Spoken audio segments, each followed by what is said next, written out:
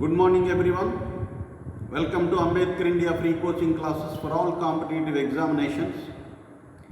ఈరోజు మనం రీసెంట్గా హైకోర్ట్ ఆఫ్ ఆంధ్రప్రదేశ్ వారు రిలీజ్ చేసినటువంటి నోటిఫికేషన్స్కి సంబంధించి ఎగ్జామ్స్ జరుగుతూ ఉన్నాయి. మరి వాళ్ళందరికీ కూడా ఉపయోగపడే విధంగా కొన్ని important most expected questions prepare చేయడం జరిగింది. సో మరి వాటిని వన్ బై వన్ డిస్కస్ చేద్దాం. ఇందులో నెంబర్ 1, మన భారతదేశం మొట్టమొదటి రాష్ట్రపతి డాక్టర్ బాబు రాజేంద్ర ప్రసాద్, అలాగే మొట్టమొదటి ఉపరాష్ట్రపతి డాక్టర్ సర్వేపల్లి రాధాకృష్ణన్, మరి మొట్టమొదటి స్వతంత్ర భారత ప్రధానమంత్రి పండిట్ జవహర్లాల్ నెహ్రూ, అలాగే మొట్టమొదటి ఉప ప్రధానమంత్రిగా సర్దార్ వల్లభాయ్ పటేల్, ఇతన్ని ఐరన్ మ్యాన్ ఆఫ్ ఇండియా అని కూడా పిలుస్తారు. అలాగే రెండోది, భారతదేశంలో బ్రిటిష్ సామ్రాజ్య వ్యవస్థాపకుడు రాబర్ట్ క్లైవ్, ఇతనికి ఆర్కాట్ వీరుడు అనే బిరుదు ఉంది. ఇతనే మొట్టమొదటి బెంగాల్ గవర్నర్. అయితే ఈ పదవిని 1773 రెగ్యులేటింగ్ చట్టం ద్వారా బెంగాల్ గవర్నర్ అనేటటువంటి పదవిని బెంగాల్ గవర్నర్ జనరల్గా మార్చడం జరిగింది. అలా మొట్టమొదటి బెంగాల్ గవర్నర్ జనరల్గా వారన్ హేస్టింగ్స్ని నియమించారు. ఆ తర్వాత 1833 చార్టర్ చట్టం ప్రకారం మళ్ళీ ఈ పదవిని భారత గవర్నర్ జనరల్గా మార్చారు. మరి అలా మొట్టమొదటి భారతదేశ గవర్నర్ జనరల్గా విలియం బెంటింక్ని నియమించడం జరిగింది. ఆ తర్వాత 1858 భారత ప్రభుత్వ చట్టం ప్రకారము ఈ పదవిని వైస్రాయిగా మార్చారు. అలా మన భారతదేశం మొట్టమొదటి వైస్రాయిగా లార్డ్ క్యానింగ్ని నియమించడం జరిగింది. సో మనకి 1887 తిరుగుబాటు జరిగే సమయంలో ఉన్న గవర్నర్ జనరల్ లేదా వైస్రాయ్ లార్డ్ క్యానింగ్ అని చెప్పాలి. మనకి 1947లో స్వాతంత్రం వచ్చే నాటికి లార్డ్ మౌంట్ బాటన్ వైస్రాయ్గా ఉన్నారు. సో ఆయనే స్వతంత్ర భారత మొట్టమొదటి గవర్నర్ జనరల్ లేదా భారతదేశ చిట్ట చివరి బ్రిటిష్ వైస్రాయ్గా పిలుస్తాం. అయితే మనకి స్వాతంత్రం వచ్చిన తర్వాత మొట్టమొదటి భారతీయ గవర్నర్ జనరల్గా శ్రీ రాజగోపాలాచారిని నియమించుకోవడం జరిగింది. ఇతన్ని రాజాజీ అని కూడా పిలుస్తాం. సో ఈయనే ఇండిపెండెంట్ ఇండియాకి ఫస్ట్ అండ్ లాస్ట్ గవర్నర్ జనరల్గా పనిచేశారు. నెక్స్ట్ మూడోది, ఫాదర్ ఆఫ్ ఇండియన్ కాన్స్టిట్యూషన్, భారత రాజ్యాంగ పితగా డాక్టర్ బిఆర్ అంబేద్కర్ గారిని పిలుస్తాం. ఈయనే స్వతంత్ర భారత మొట్టమొదటి న్యాయశాఖ మంత్రి. మరి ఇతని జన్మదినం ఏప్రిల్ 14ని జాతీయ జల దినోత్సవంగా జరుపుకుంటున్నాం. నెక్స్ట్ 4, భారత రాజ్యాంగాన్ని ఆమోదించినటువంటి తేదీ 26 నవంబర్ 1949. ఈ 26 నవంబర్ని జాతీయ రాజ్యాంగ దినోత్సవంగా జరుపుకుంటున్నాం. మరి రాజ్యాంగం అమల్లోకి వచ్చినటువంటి తేదీ చూస్తే 26 జనవరి 1950. ఈ 26 జనవరిని మనం ప్రతి సంవత్సరము రిపబ్లిక్ డేగా సెలబ్రేట్ చేసుకుంటున్నాం. మరి రాజ్యాంగ పరిషత్ మొట్టమొదటి సమావేశం 9 డిసెంబర్ 1946 జరిగింది. డాక్టర్ సచ్చిదానంద సిన్హా అధ్యక్షతన. అయితే రాజ్యాంగ పరిషత్తుకి శాశ్వత అధ్యక్షుడిగా డాక్టర్ బాబు రాజేంద్ర ప్రసాద్ని ఆ సమావేశంలో ఎన్నుకోవడం జరిగింది. మరి రాజ్యాంగ పరిషత్తు గుర్తు ఏనుగు. అలాగే రాజ్యాంగ పరిషత్తుకి ప్రధాన సలహాదారు బిఎన్ రావు, బెనగల్ నరసింగరావు. అలాగే రాజ్యాంగ ముసాయిదా కమిటీ అధ్యక్షులు డాక్టర్ బిఆర్ అంబేద్కర్. అలాగే రాజ్యాంగ పరిషత్ అనే భావనను ప్రతిపాదించినటువంటి మొట్టమొదటి వ్యక్తి 1934లో ఎంఎన్ రాయ్. నెక్స్ట్ 5, భారతదేశంలో మొట్టమొదటి మహిళా రాష్ట్రపతి ప్రతిభా పాటిల్. మొట్టమొదటి గవర్నర్ సరోజినీ నాయుడు యునైటెడ్ ప్రావిన్స్కి, అలాగే మొట్టమొదటి మహిళా ముఖ్యమంత్రి సుచేతా కృపలాని ఉత్తరప్రదేశ్ రాష్ట్రానికి, అలాగే ఆంధ్రప్రదేశ్లో మొట్టమొదటి మహిళా గవర్నర్ శారదా ముఖర్జీ, అలాగే ఇండియన్ నేషనల్ కాంగ్రెస్కి మొట్టమొదటి మహిళా అధ్యక్షురాలు అనీ బెసెంట్. సో మహిళలకు సంబంధించినటువంటి ఈ విషయాలు కూడా గుర్తుపెట్టుకోవాలి. నెక్స్ట్, భారత రాజ్యాంగంలో ప్రాథమిక హక్కులు ఎన్ని? 6. ఇవి రాజ్యాంగంలోని పార్ట్ 3 3వ భాగంలో పేర్కొనబడ్డాయి. ఒకటోది రైట్ టు ఈక్వాలిటీ, సమానత్వ హక్కు, ఆర్టికల్ 14 నుంచి 18 వరకు ఉన్న రాజ్యాంగ నిబంధనలు. రెండోది రైట్ టు ఫ్రీడమ్, స్వేచ్ఛ హక్కు, ఆర్టికల్ 19 నుంచి 22 వరకు ఉంటాయి. మరి ఆర్టికల్ 19లో 6 రకాలైనటువంటి స్వేచ్ఛలు పేర్కొనడం జరిగింది. భావ ప్రకటన హక్కు, అలాగే పత్రికా స్వేచ్ఛ హక్కు, ఇవన్నీ కూడా ఇందులో అంతర్భాగాలు. మూడోది రైట్ అగైనెస్ట్ ఎక్స్ప్లాయిటేషన్, పీడన నిరోధపు హక్కు, ఆర్టికల్ 23 and 24. నాలుగోది right to freedom of religion, మత స్వేచ్ఛ హక్కు, ఆర్టికల్ 25 నుంచి 28 వరకు ఉంటాయి. నెక్స్ట్ ఐదవది కల్చరల్ అండ్ ఎడ్యుకేషనల్ రైట్స్, విద్యా సాంస్కృతిక హక్కులు, ఆర్టికల్ 29 and 30. అలాగే ఆరోది రైట్ టు కాన్స్టిట్యూషనల్ రెమెడీస్, రాజ్యాంగ పరిహార హక్కు, ఆర్టికల్ 32. ఇక్కడ 2 పాయింట్స్ గుర్తుపెట్టుకోండి. ఒకటోది ఆర్టికల్ 31. ఇందులో ఆస్తి హక్కు మొదట్లో ప్రాథమిక హక్కుగా ఉండేది, కానీ 44వ రాజ్యాంగ సవరణ 1978లో ఈ ఆస్తి హక్కుని ప్రాథమిక హక్కుల జాబితా నుంచి తొలగించి ఒక రాజ్యాంగపరమైనటువంటి హక్కుగా ఆర్టికల్ 300Aలో చేర్చడం జరిగింది. అలాగే రెండోది ఆదేశిక నియమాల గురించి, directive principles of state policy, నిర్దేశిక సూత్రాలను కూడా పిలుస్తారు. మరి ఇవి పార్ట్ 4లో ఉన్నాయి. రాజ్యాంగంలోని 4వ భాగంలో ఆర్టికల్ 36 నుంచి 51 వరకు ఉన్నాయి. వీటిని ఐర్లాండ్ రాజ్యాంగం నుంచి మనం గ్రహించడం జరిగింది. వీటి తాలూకా ప్రధాన ఉద్దేశ్యం వెల్ఫేర్ స్టేట్ని క్రియేట్ చేయడం, అంటే సంక్షేమ రాజ్యం లేదా సోషలిస్టిక్ ప్యాటర్న్ ఆఫ్ సొసైటీ, సామ్యవాద తరహా సమాజ స్థాపన చేయడం అనేది ఈ ఆదేశిక సూత్రాల తాలూకా ప్రధాన ఉద్దేశ్యం.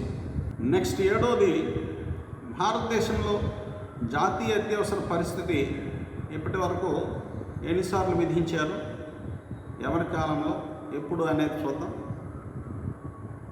నేషనల్ ఎమర్జెన్సీ అనేది భారతదేశంలో 3 సార్లు విధించడం జరిగింది. మొదటిసారిగా 1962లో చైనా దురాక్రమణ సందర్భంగా విధించారు.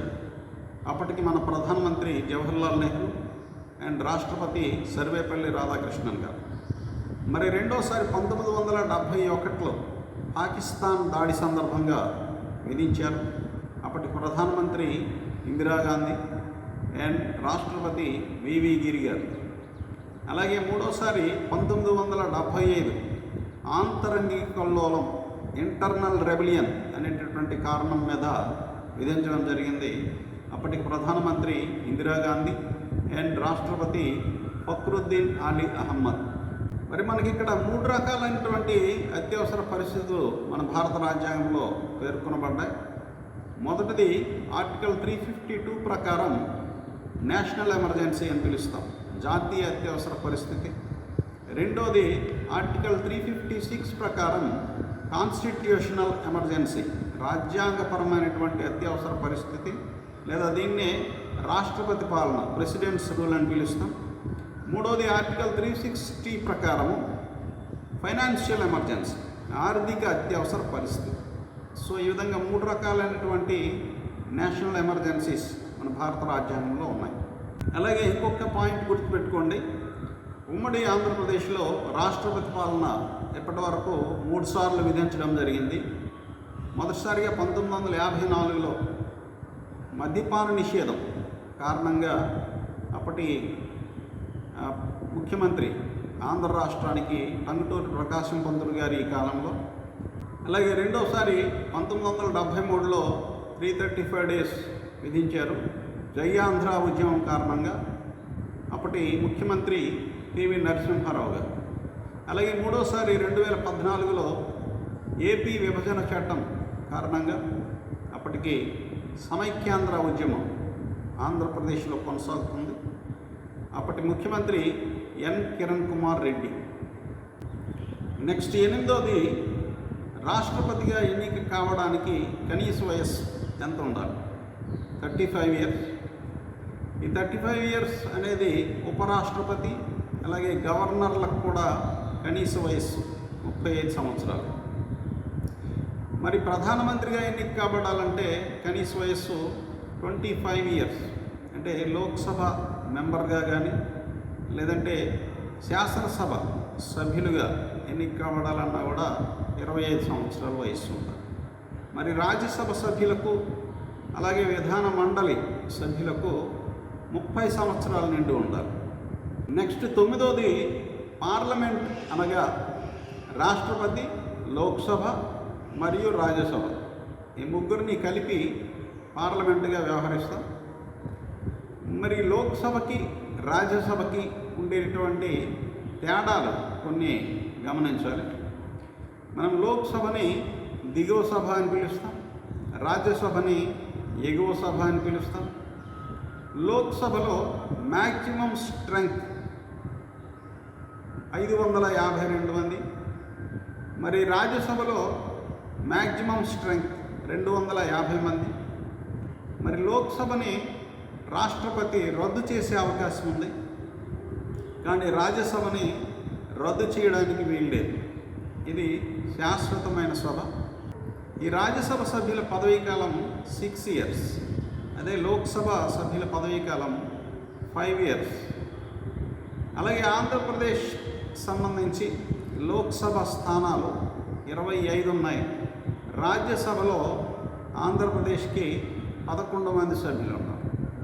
నెక్స్ట్ 10వది జలియన్ వాలాబాగ్ సంఘటన 1919 ఏప్రిల్ 13న పంజాబ్లోని అమృత్సర్లో జరిగింది.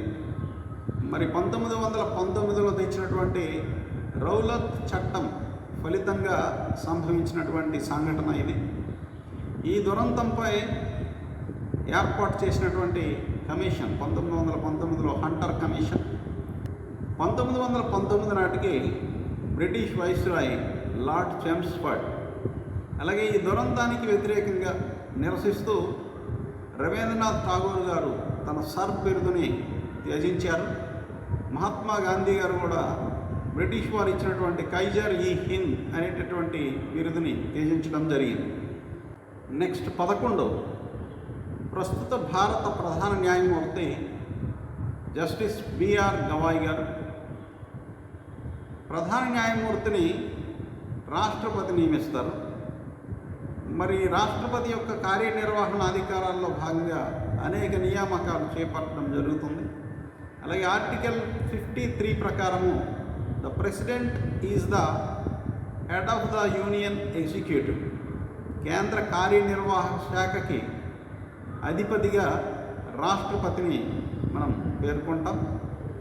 మరి ఈయన ఏ రకమైనటువంటి నియామకాలు చేపడతారనేది ఒకసారి చూద్దాం. ఎందుకంటే ఈ ఫలానా పదవి పేరు ఇచ్చి ఇతన్ని ఎవరు నియమిస్తారు అనేటటువంటి క్వశ్చన్ చాలా ఎగ్జామ్స్లో వస్తుంది. కాబట్టి రాష్ట్రపతి చేపట్టే నియామకాల గురించి ఒక అవగాహన చేసుకుందాం.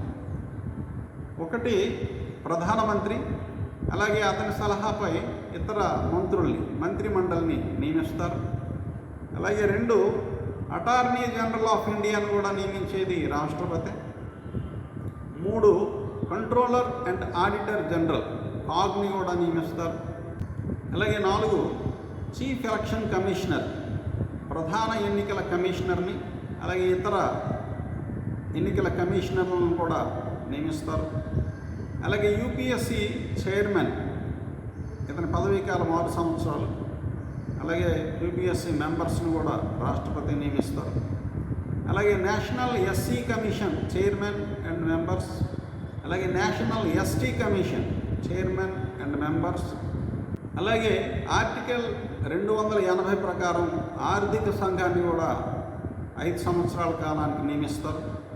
అలాగే అన్ని రాష్ట్రాల గవర్నర్లని, అలాగే కేంద్రపాలిత ప్రాంతాలకు సంబంధించినటువంటి అడ్మినిస్ట్రేటర్స్ అండ్ లెఫ్టినెంట్ గవర్నర్స్ని, అలాగే సుప్రీంకోర్టు ప్రధాన న్యాయమూర్తిని, ఇతర సుప్రీంకోర్టు న్యాయమూర్తుల్ని, హైకోర్టు ప్రధాన న్యాయమూర్తిని, అలాగే హైకోర్టు ఇతర న్యాయమూర్తుల్ని, వీళ్ళందరినీ కూడా నియమించేది రాష్ట్రపతి. మరి గవర్నర్ కార్యనిర్వహణ అధికారాల్లో భాగంగా ఎవరెవరిని నియమిస్తారో చూద్దాం. ఒకటి, ముఖ్యమంత్రిని, అతని సలహా మేరకు ఇతర మంత్రిమండలిని, అలాగే రాష్ట్ర అడ్వకేట్ జనరల్ని నియమించేది గవర్నర్, అలాగే APPSC chairman, Andhra Pradesh public service commission chairman, అలాగే సభ్యుల్ని నియమించేది గవర్నరే. అయితే వీరి పదవీ కాలం 6 సంవత్సరాలు లేదా 62 సంవత్సరాలు పదవీ విరమణ వయస్సు వచ్చేంత వరకు కూడా కొనసాగుతారు. అయితే వీరిని తొలగించేది మాత్రం రాష్ట్రపతి. So the members of public service commission, state public service commission are appointed by the governor, but they are removed by the president of India. ఈ తేడా గుర్తుపెట్టుకోవాలి. అలాగే రాష్ట్ర ఎన్నికల సంఘాన్ని, రాష్ట్ర ఆర్థిక సంఘాన్ని గవర్నరే నియమిస్తారు. నెక్స్ట్ 12వది ఫిట్ ఇండియా ఉద్యమం గురించి. దీన్ని ఆగస్టు రెవల్యూషన్ అని కూడా పిలుస్తారు.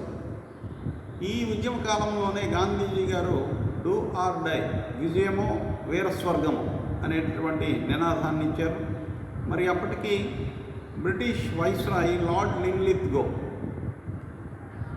1942 ఆగస్టు 9వ తారీఖున ఈ ఉద్యమం మన భారతదేశంలో ప్రారంభమైంది. నెక్స్ట్ 13, గాంధీజీకి మహాత్మా అనేటువంటి బిరుదుతో సంబోధించింది రవీంద్రనాథ్ ఠాగూర్ గారు. మరి రవీంద్రనాథ్ ఠాగూర్ గారికి గురుదేవ్ అనేటటువంటి బిరుదుతో సంబోధించిన వారు మహాత్మా గాంధీ. అలాగే మహాత్మా గాంధీకి ఫాదర్ ఆఫ్ ద నేషన్ అని సంబోధించింది నేతాజీ సుభాష్ చంద్రబోస్. మరి నేతాజీ సుభాష్ చంద్రబోస్ గారికి నేతాజీ అనేటటువంటి బిరుదుతో సంబోధించింది మహాత్మా గాంధీ. మరి ఇకపోతే సరిహద్దు గాంధీ, ఫ్రాంటియర్ గాంధీ అని మనం ఖాన్ అబ్దుల్ గఫార్ ఖాన్ లేదా బాద్షా ఖాన్ని పిలుస్తాం. మరి ఈయన భారతరత్న పొందినటువంటి మొట్టమొదటి విదేశీయుడు. ఈయన శాసనోల్లంఘన ఉద్యమ కాలంలో రెడ్ షర్ట్స్, ఎర్ర చొక్కాల ఉద్యమాన్ని, అలాగే ఖుదాయే ఖుద్మత్ గార్లు అనేటటువంటి ఒక స్వచ్ఛంద దళాన్ని నడిపారు. నెక్స్ట్ 14వది దండి యాత్ర గురించి. ఇది 1930 మార్చి 12వ తారీఖున అహ్మదాబాద్లోని సబర్మతి ఆశ్రమం నుంచి ప్రారంభమయ్యి గుజరాత్లోని దండి వరకు ఏప్రిల్ 6వ తారీఖున దండి చేరడం జరిగింది. ఈ దండి యాత్రలో పాల్గొన్న ఏకైక ఆంధ్రుడు ఎర్నేని సుబ్రహ్మణ్యం. అలాగే ఏకైక మహిళ సరోజినీ నాయుడు గారు. ఈవిడకి నైటింగేల్ ఆఫ్ ఇండియా, భారత కోకిల అనే బిరుదు.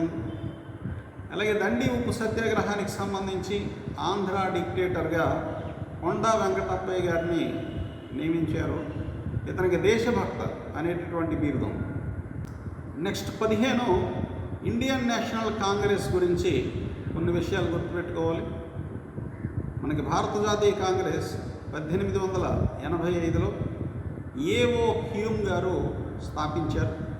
దీని మొదటి సమావేశం 1885లో బొంబాయిలో జరిగింది. ఉమేష్ చంద్ర బెనర్జీ, డబ్ల్యూసి బెనర్జీ గారి అధ్యక్షతన. అలాగే దీనికి జాతీయ కాంగ్రెస్ అనే పేరు సూచించిన వారు దాదాబాయి నవరోజీ గారు. అలాగే ఈ భారత జాతీయ కాంగ్రెస్కి అధ్యక్షత వహించినటువంటి మొట్టమొదటి ఆంగ్లేయుడు జార్జ్ యూల్. ఈయన 1888లో అలహాబాద్లో జరిగినటువంటి 4వ సమావేశానికి అధ్యక్షత వహించారు. మరి భారత జాతీయ కాంగ్రెస్కి అధ్యక్షత వహించినటువంటి మొట్టమొదటి ఆంధ్రుడుగా పి ఆనందాచార్యులు పేరు చెప్తాం. ఈయన 1891 నాగ్పూర్ సమావేశానికి అధ్యక్షత వహించారు. అలాగే 1947 మన స్వాతంత్రం వచ్చే నాటికి భారత జాతీయ కాంగ్రెస్ అధ్యక్షుడిగా జేబీ కృపలాని గారు పనిచేశారు. మరి భారత జాతీయ కాంగ్రెస్కి అత్యధిక కాలం అధ్యక్షుడిగా పనిచేసినటువంటి వ్యక్తిగా మౌలానా అబుల్ కలాం ఆజాద్ గారిని చెప్పుకుంటాం. మరి ఈయన స్వతంత్ర భారత మొట్టమొదటి విద్యాశాఖ మంత్రి. అందుకే ఇతని జన్మదినమైనటువంటి నవంబర్ 11ని జాతీయ విద్యా దినోత్సవంగా జరుపుకుంటాం. అలాగే ఇతను అల్ హిలాల్, ఇండియా విన్స్ ఫ్రీడమ్ అనేటటువంటి గ్రంథాలు రచించారు. అలాగే భారత జాతీయ కాంగ్రెస్కి సంబంధించి అతివాదులు మితవాదులు చీలిపోయారు. ఈ సంఘటన 1907లో సూరత్లో జరిగినటువంటి భారత జాతీయ కాంగ్రెస్ సమావేశంలో జరిగింది. అందుకే దీన్ని సూరత్ స్ప్లిట్, సూరత్ చీలిక అంటాం. మళ్ళీ అతివాదులు మితవాదులు మళ్ళీ 1916 లక్నోలో జరిగినటువంటి ఇండియన్ నేషనల్ కాంగ్రెస్ సమావేశంలో ఏకమవ్వడం జరిగింది. అలాగే నెక్స్ట్ 16వది, దేశంలో ఉన్న హైకోర్టుల సంఖ్య 25. అలాగే సుప్రీంకోర్టులో ఉండే న్యాయమూర్తుల సంఖ్య 1+33. Chief justice of India plus 33 మంది సుప్రీంకోర్టు న్యాయమూర్తులు ఉంటారు. అలాగే హైకోర్టు, ఏపీ హైకోర్టులో మ్యాక్సిమం న్యాయమూర్తుల సంఖ్య 37. అలాగే గార్డియన్ ఆఫ్ ద కాన్స్టిట్యూషన్, రాజ్యాంగ పరిరక్షణకర్త అని సుప్రీంకోర్టుని పిలుస్తాం. నెక్స్ట్ 17వది, మన భారతదేశంలో ప్రస్తుతం రాష్ట్రాల సంఖ్య 28, కేంద్రపాలిత ప్రాంతాలు 8 ఉన్నాయి. సో ఈ రాష్ట్రాల్లో అత్యధిక విస్తీర్ణం కలిగినటువంటి రాష్ట్రం రాజస్థాన్, తర్వాత మధ్యప్రదేశ్, తర్వాత మహారాష్ట్ర మొదటి 3 స్థానాల్లో ఉన్నాయి. మరి ఆంధ్రప్రదేశ్ విస్తీర్ణం పరంగా 7వ స్థానంలో ఉంది. అలాగే జనాభా పరంగా 10వ స్థానంలో ఉంది.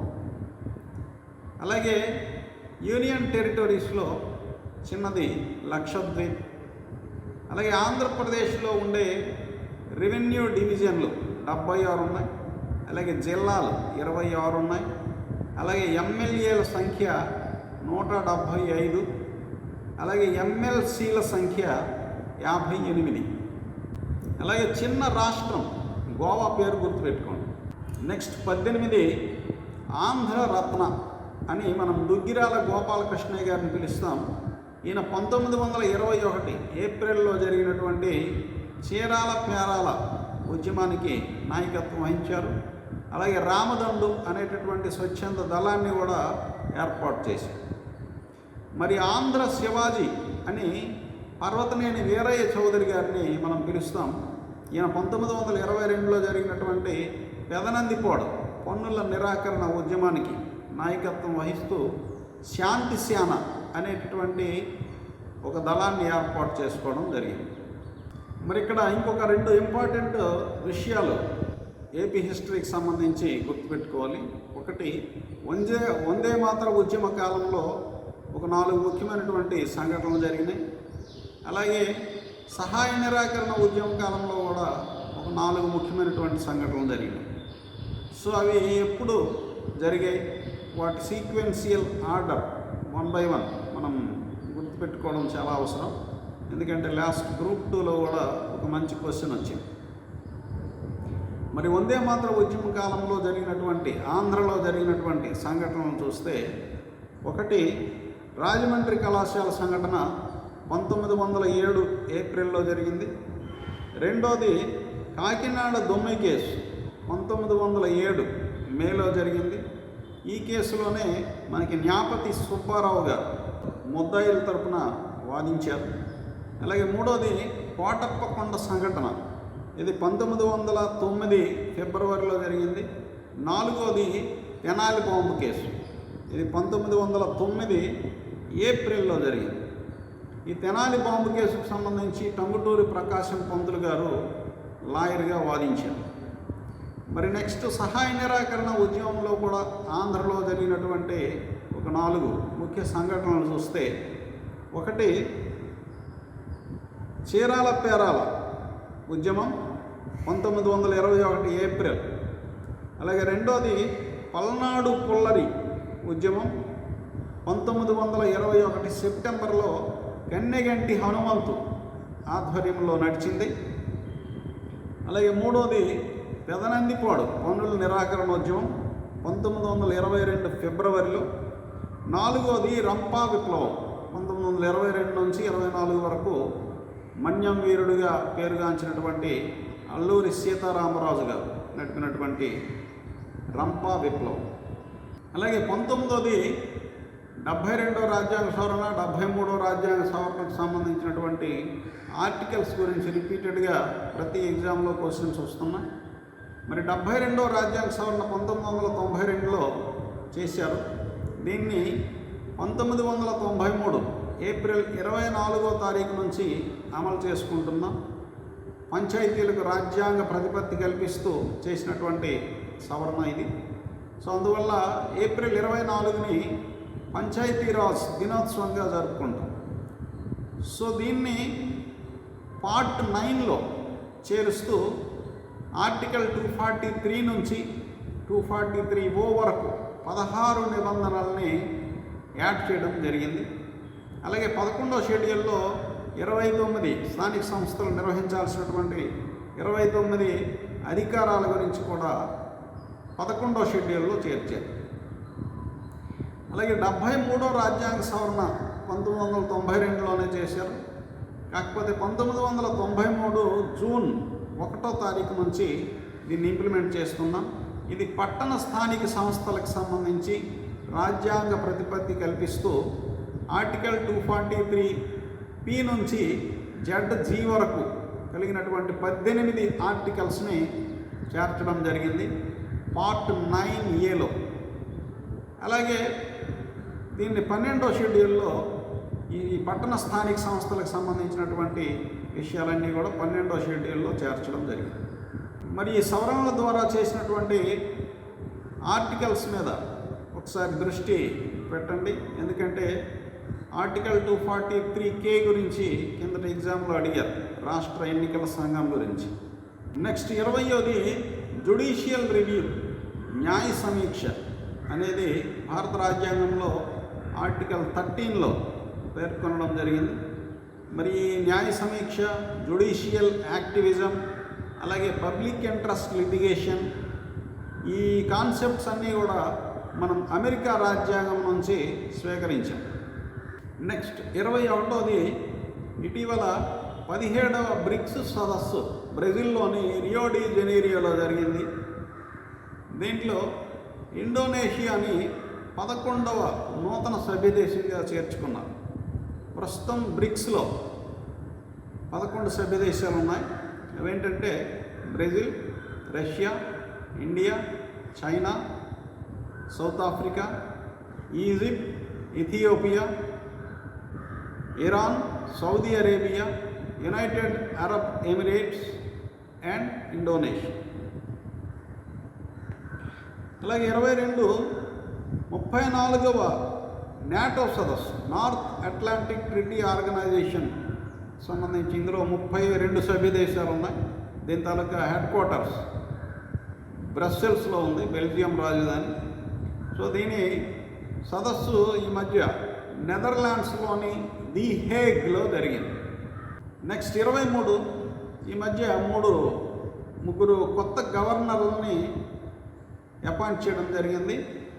ఒకటి గోవాకి పూసపాటి అశోక్ గజపతి రాజు గారిని, అలాగే హర్యానాకి ప్రొఫెసర్ అసీమ్ కుమార్ ఘోష్, అలాగే లడక్ లెఫ్టినెంట్ గవర్నర్గా కవిందర్ గుప్తా. సో వీళ్ళ ముగ్గురు పేర్లు గుర్తుపెట్టుకోండి. అలాగే రీసెంట్గా మనకి ఆంధ్రప్రదేశ్ ప్రభుత్వ ప్రధాన కార్యదర్శిగా కె విజయానందని కూడా ఈ మధ్య నియమించారు. నెక్స్ట్ 4వది ఈ మధ్య కొన్ని సంస్థలకి కొత్త అధిపతుల్ని నియమించడం జరిగింది. సో వాటిని ఒకసారి రివిజన్ చేసుకుందాం. రీసెర్చ్ అండ్ అనాలిసిస్ వింగ్కి నూతన చీఫ్గా పరాగ్ జైన్, అలాగే ఇస్రో చైర్మన్గా V Narayanan, controller and auditor జనరల్గా కుండ్రు సంజయ్ మూర్తి,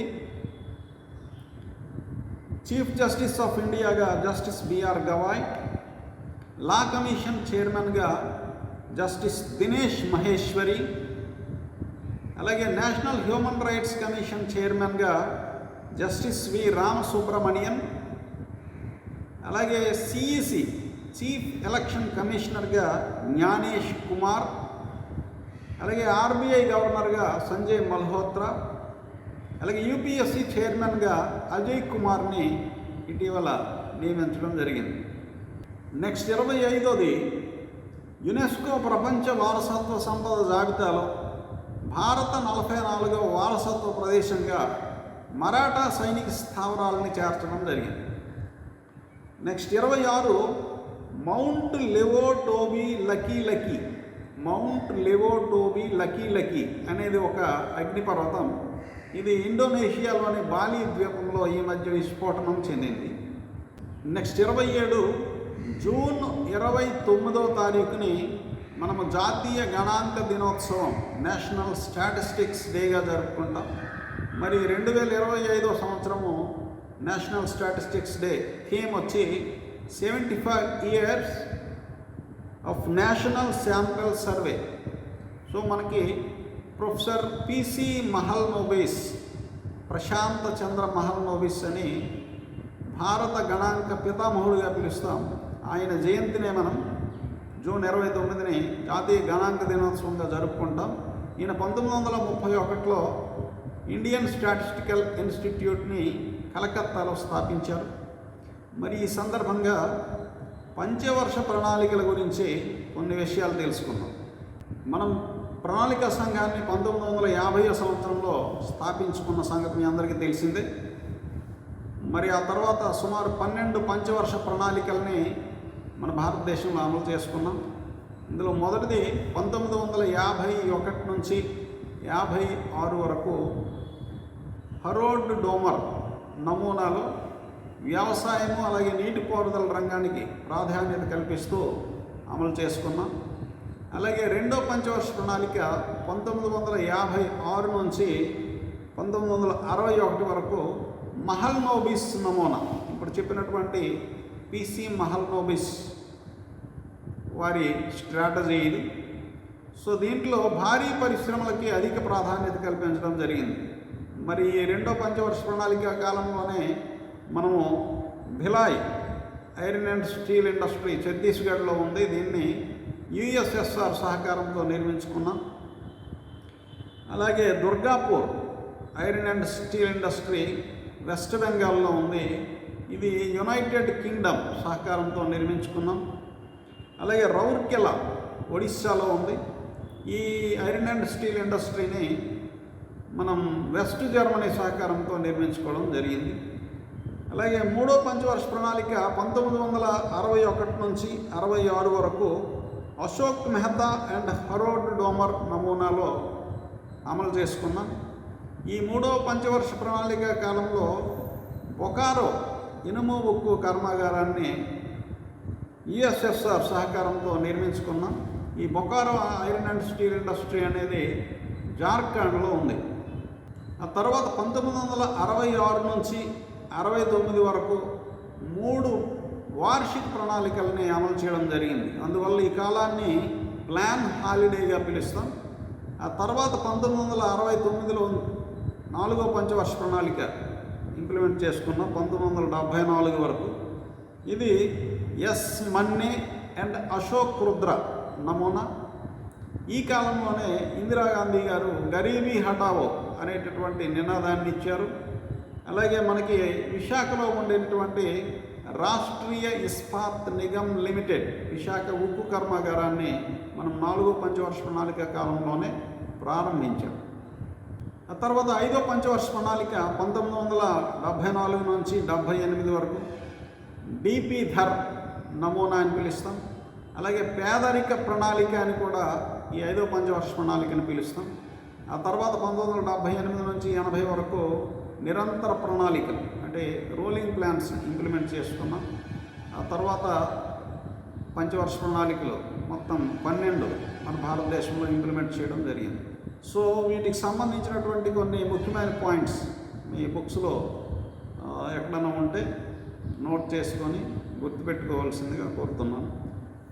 అలాగే నెక్స్ట్ 28వది ప్రపంచ లింగ సమానత్వ సూచి 2025 బై వరల్డ్ ఎకనామిక్ ఫోరం వాళ్ళు ఈ ఇండెక్స్ని రూపొందిస్తారు. మరి గ్లోబల్ జెండర్ గ్యాప్ ఇండెక్స్లో మొదటి స్థానంలో ఉన్న దేశం ఐస్లాండ్. మరి మన భారత స్థానం 131 జెండర్ గ్యాప్ ఇండెక్స్. అలాగే 29 నెక్స్ట్ 51వ G7 సదస్సు ఈ మధ్య కెనడాలోని కెనానాస్కిస్లో జరిగింది. ఇది మరి పారిశ్రామికంగా అభివృద్ధి చెందినటువంటి 7 దేశాలు దీంట్లో సభ్యులుగా ఉంటాయి. ఒకటి France, Germany, America, Japan, Italy, Britain and Canada. అలాగే 30వది మిస్ వరల్డ్ 2025 విజేత వాపల్ సుచాత చువాంగ్ శ్రీ. ఈవిడ థాయిలాండ్ అమ్మాయి. నెక్స్ట్ 31 పోలాండ్ నూతన అధ్యక్షుడుగా కరోల్ నవ్రోకి ఎన్నికయ్యారు. అలాగే జర్మనీ నూతన ఛాన్సలర్గా ఫ్రెడరిక్ మెర్చ్ జర్మనీ ఛాన్సలర్. అలాగే 32 ఇజ్రాయెల్ ఐరన్ డోమ్ తరహాలో అమెరికా ఒక కొత్త క్షిపణి రక్షణ వ్యవస్థని రూపొందించింది. దాని పేరు గోల్డెన్ డోమ్. ఇజ్రాయెల్ది ఐరన్ డోమ్, అమెరికాది గోల్డెన్ డోమ్. నెక్స్ట్ 33 ఆంధ్రప్రదేశ్లో మహిళల భద్రతకు శక్తి అనే పేరుతో వాట్సాప్ని ప్రొవైడ్ చేశారు. ఈ వాట్సాప్ నంబర్ 7993485111 7993485111 అనేది మహిళలు పిల్లలకు సంబంధించి భద్రత కోసం ఆంధ్రప్రదేశ్ ప్రభుత్వం ఏర్పాటు చేసినటువంటి ఒక వాట్సాప్ నంబర్. ఈ కార్యక్రమం పేరు శక్తి. అలాగే మనమిత్ర అనేటటువంటి వాట్సాప్ గవర్నెన్స్ ద్వారా సుమారు 200కు పైగా పౌర సేవలు ఆంధ్రప్రదేశ్ ప్రభుత్వం ప్రజలకు అందిస్తుంది. మరి దీని తాలూకా వాట్సాప్ నంబర్ 9552300009 9552300009. ఇది మనమిత్ర వాట్సాప్ గవర్నెన్స్ నెంబర్. అలాగే ఈ మధ్య ప్రతి ఇంటింటికి ఆంధ్రప్రదేశ్ రాష్ట్రంలో P4 సర్వేని నిర్వహిస్తుంది. 2047వ సంవత్సరానికి పేదరికం లేని రాష్ట్రంగా తీర్చిదిద్దడానికి సంబంధించినటువంటి కార్యక్రమం. మరి P4 అంటే people public private partnership. Next 34 Bharat biotech company ఈ మధ్య కల్రా టీకాని అభివృద్ధి చేసింది. దాని పేరు హిల్ కాల్ అనేది కల్రా టీకా by Bharat biotech. Next 35 June 5ని మనం ప్రపంచ పర్యావరణ దినోత్సవంగా జరుపుకుంటాం. మరి 2025వ సంవత్సరం తాలూకా theme beat plastic pollution. Next 36 ఆంధ్రప్రదేశ్లోని నంద్యాల జిల్లాలో ఉన్న బెలూమ్ గుహలకు భౌగోళిక వారసత్వ ప్రదేశంగా ఈ మధ్య జియోలాజికల్ సర్వే ఆఫ్ ఇండియా గుర్తింపు ఇవ్వడం జరిగింది. ఈ బెలూమ్ గుహలు అనేవి నంద్యాల జిల్లాలో ఉన్నాయి. మనకి ప్రీహిస్టారిక్ కల్చర్స్లో కూడా ఒక ముఖ్యమైన సైట్ ఇది. అలాగే పశ్చిమ గోదావరి జిల్లా నరసాపురం లేస్ పార్క్ అంటే అల్లికలకు సంబంధించినటువంటి ఒక పార్క్కి జియోగ్రాఫికల్ ఇండికేషన్ ట్యాగ్ లభించింది. నెక్స్ట్ 37 ప్రపంచంలోనే అతి ఎత్తైన రైల్వే వంతెన చీనాబ్ నది మీద నిర్మిస్తున్నారు జమ్మూ అండ్ కాశ్మీర్లో. అలాగే దేశంలో మొట్టమొదటి రైల్వే కేబుల్ వంతెన అంటే తీగలతో అనుసంధానమైనటువంటి రైల్వే బ్రిడ్జి అంజీ నదిపై, ఇది కూడా జమ్మూ కాశ్మీర్లోనే. నెక్స్ట్ 38 అంతర్జాతీయ బుకర్ ప్రైజ్ 2025 కన్నడ రచయిత్రికి ఇచ్చారు. ఆవిడ పేరు బాను ముస్తాక్. ఈవిడ హార్ట్ ల్యాంప్ అనేటటువంటి కథల సంకలనానికి ఈ బుకర్ ప్రైజ్ లభించింది. బాను ముస్తాక్ అనే కన్నడ రచయిత్రి. నెక్స్ట్ 39 ఇస్రోకి సంబంధించినటువంటి రీసెంట్ శాటిలైట్స్ ఒక రెండు గుర్తుపెట్టుకోండి. 100వ ప్రయోగంలో ఇస్రో ఈ మధ్య NVS-02 అనేటటువంటి ఉపగ్రహాన్ని GSLV F-15 ద్వారా తిరుపతిలో సతీష్ ధావన్ స్పేస్ సెంటర్ నుంచి ప్రయోగించారు. దీని బరువు 2250 కిలోగ్రాములు.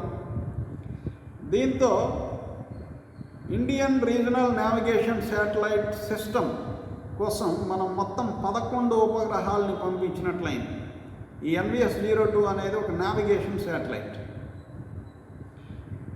అలాగే 101వ ప్రయోగం ఈ మధ్య విఫలమైంది. ఈ PSLV C-61 ద్వారా EOS-09 లేదా రీశాట్ 1B అని పిలుస్తాం. కొన్ని సాంకేతిక కారణాల వల్ల ఈ ప్రయోగం ఈ మధ్య ఫెయిల్ అయింది. నెక్స్ట్ 40 మే 11ని మనం జాతీయ సాంకేతిక దినోత్సవంగా జరుపుకుంటాం, నేషనల్ టెక్నాలజీ డే. మరి 2025 థీమ్ వచ్చేటప్పటికి యంత్ర YANTRA అంటే Jugantar for advancing new technology research and acceleration.